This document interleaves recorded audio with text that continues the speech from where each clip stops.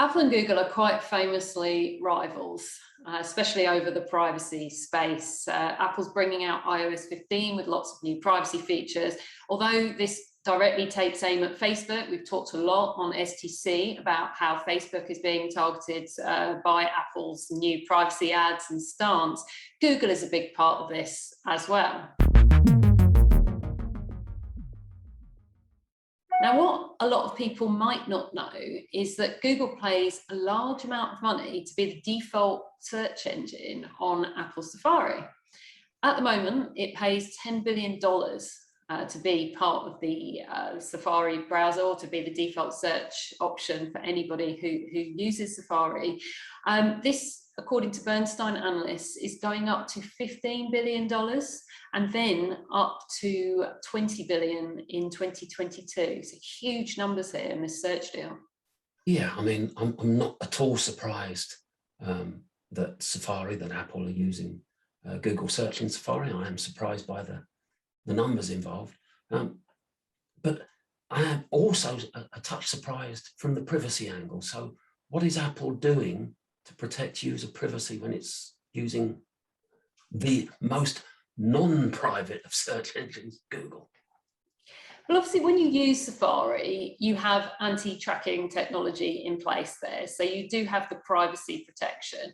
What the real issue is that people not necessarily knowing that they're using Google even as a default search engine on Safari. So every time you do a search on Safari on your iPhone, it might not even be obvious when you're doing that. Or if you use Siri to do a search, you're actually using the Google search engine to do so.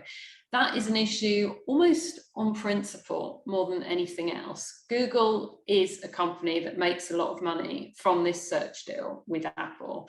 Google is able to place mobile ads on Google, and a large amount of its searches actually go through iPhones as well. So as an iPhone user, if you really want to be as private as possible, you should actually be using alternatives such as DuckDuckGo, which may not be as functional as Google, but it is much more private as an option. And I have much less of an issue with Google as a search engine than as a browser. If you search for a holiday in Spain, you're going to get ads for holidays in Spain. That's okay.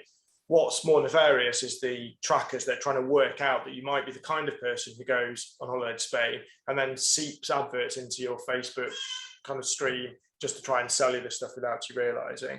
And I guess if Apple was sitting in this call, what they'd say is actually what Safari's doing with DuckDuckGo support is blocking trackers, stopping cross-site tracking.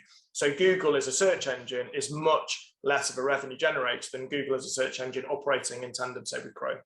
Yeah, I'll throw this one out to you, Kate, then. Should Apple buy DuckDuckGo?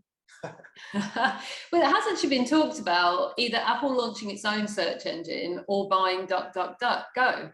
I don't know how DuckDuckGo would feel about that themselves. But at the moment, it's not really advantageous for Apple to do so because it's making a lot of money itself out of this search deal. The two are still working very closely together. And although this has the attention of regulators, we'll just have to see what happens there.